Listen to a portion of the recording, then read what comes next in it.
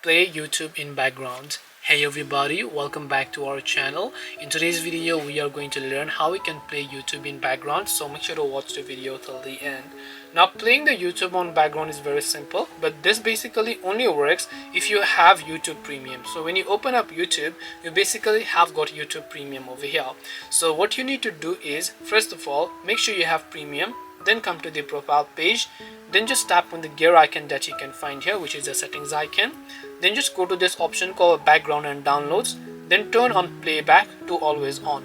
Then after you do that, you can just come back.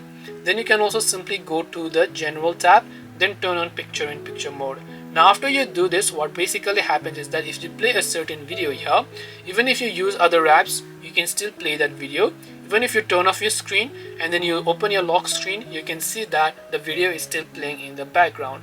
So this way I can play YouTube in background, but as I said, you need to have Premium in order to do this. Hope this video was helpful. If you have any questions, feel free to leave them down. Thank you for watching till the end and see you soon in the next video.